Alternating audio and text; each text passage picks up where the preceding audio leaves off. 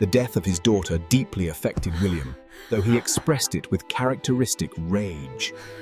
Look at me, child. Death of William the Conqueror's daughter. May 27, 1085. William the Conqueror's daughter was at Castle Acre In Norfolk, England. She was the wife of William de Warenne, a powerful Norman nobleman who had been granted vast estates for his loyalty. During the invasion of England. That morning, Gundred had risen early, attending to household matters as she normally when attendants noticed a sudden change in her complexion. Within an hour, her skin had become flushed with fever. Physicians were summoned immediately. But what they found was baffling. Gundred's temperature rose with alarming speed. The heat from her skin could be felt And shallow. Each exhale a struggle against the inferno building inside her body. That could strike without warning. Modern doctors suspect typhus or a virulent strain of dysentery had infected her system. Whatever the cause, It worked with devastating efficiency. Her organs began to fail one by one. A cascade of internal... By evening, Gundred was delirious. Her body alternated between violent convulsions and moments of terrifying stillness. but her fever only climbed higher. Her skin began to develop a mottled purple discoloration, starting at her... Witnesses reported that she remained conscious through much of the ordeal, her eyes open and aware as her body betrayed her. Of her system's rebellion.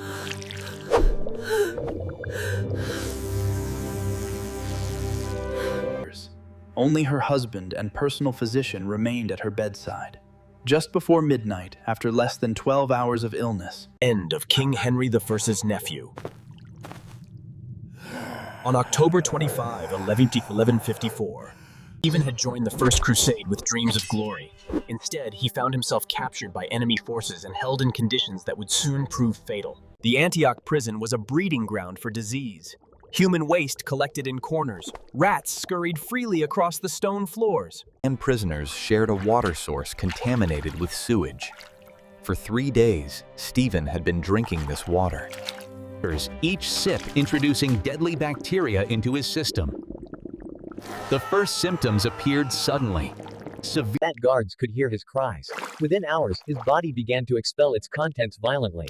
The dysentery that gripped him was particularly aggressive. A strain that attacked the intestinal lining with unusual ferocity. Medieval chroniclers described the scene in graphic detail. The dehydration was immediate and severe. Unlike some diseases that mercifully dull the senses, dysentery left Stephen every moment of his body's betrayal. The nobleman who had dined at royal tables now lay in a pool of his own waste, unable to move away from it. Stephen's lips cracked and bled. His tongue swelled. The guards, fearing contagion, refused to enter the cell. No physician was summoned.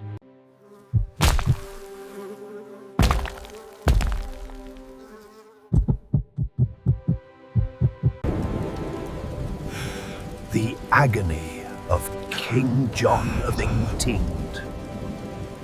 Just days earlier, John had been travelling, Ripple passing, fleeing rebel forces who had seized London. During a feast at the Bishop's Palace in Lincoln, John consumed peaches and new cider. By morning, something had gone terribly wrong inside his body. Violent stomach cramps that left the king unable to mount his horse. His physicians noted his pallid complexion and the cold sweat that covered his skin.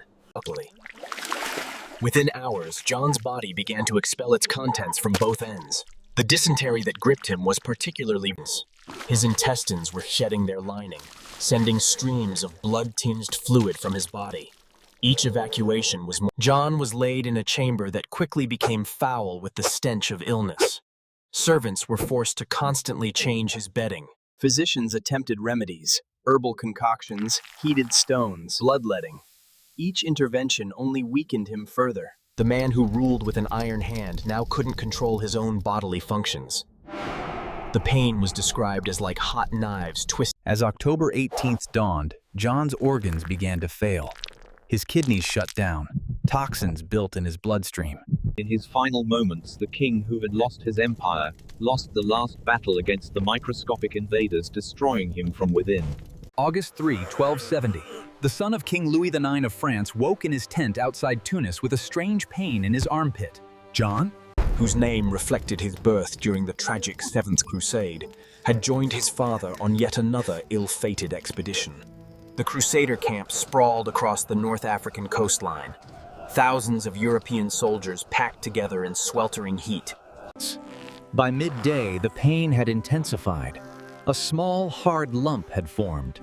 Medieval physicians called the John's personal doctor examined the growth, but assured the prince it was likely a minor infection from the harsh conditions.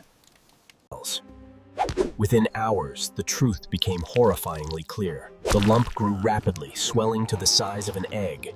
His skin burned with fever, reaching temperatures so high that attendants couldn't keep their hands on his flesh for more than a few seconds. The plague had entered the camp. What modern scientists would identify as Yersinia pestis was multiplying exponentially in John's lymphatic system. His breathing became labored, lungs filled with fluid. Despite the agony, King Louis was summoned, but quarantine measures kept him at a distance. The camp fell silent as word spread. December 21, 1375, the celebrated Italian author of the Decameron sat propped up on pillows in his modest home in Certaldo. Boccaccio, who had famously chronicled the horrors of the Black Death, was now facing his own medical nightmare.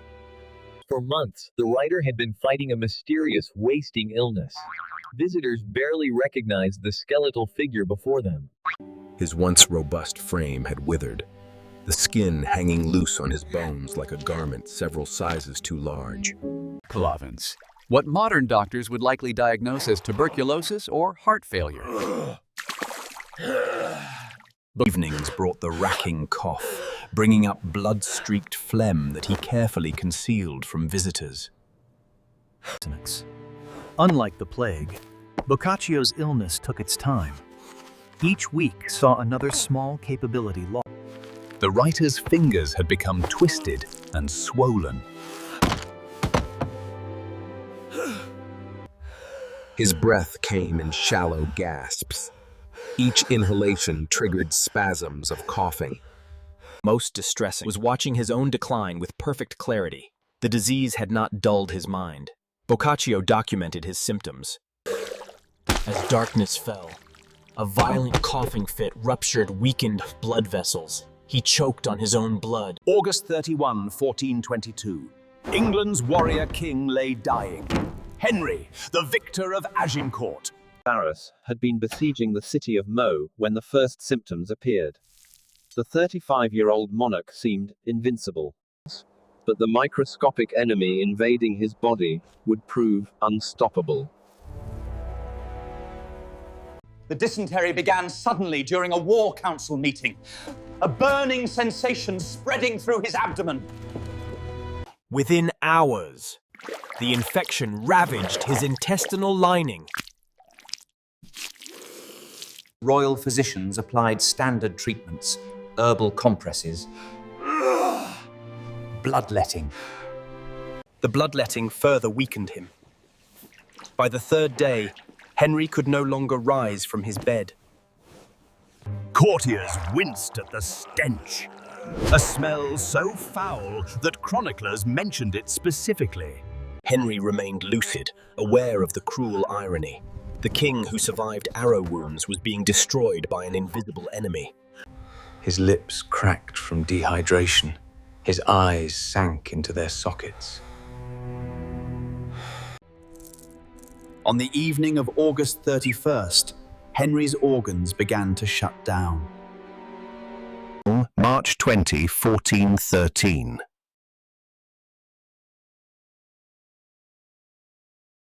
For the last decade of his life, a mysterious illness had been seizing him. Fainting spells transformed into horrifying symptoms.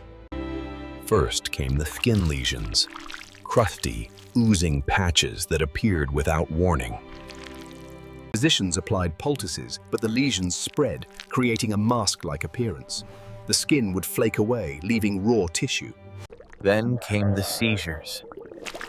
His body would stiffen. Foam would bubble from his lips. Modern doctors suspect epilepsy, possibly triggered by a brain lesion or advanced syphilis. Henry could no longer appear in public. The man who overthrew a king was now confined to darkened chambers.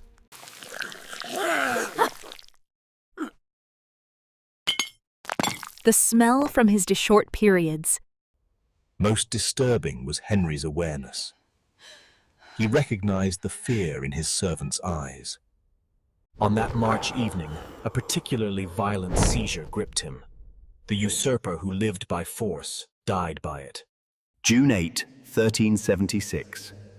Edward of Woodstock lay dying at the Palace of Westminster. For nearly a decade, the prince who had never lost a battle had been fighting an enemy he couldn't defeat. What began as occasional stomach pains after the Spanish campaign had developed into a relentless, wasting illness.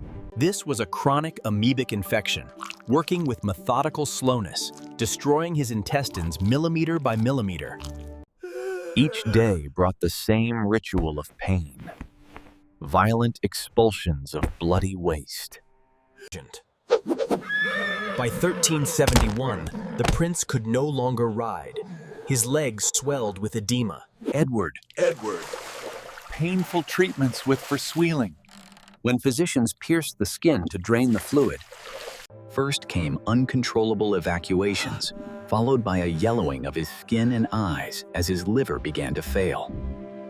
Had become a skeleton, his famous black armor hanging unworn. The smell was overpowering. In his final hours, his body made its last stand. The greatest English warrior of his age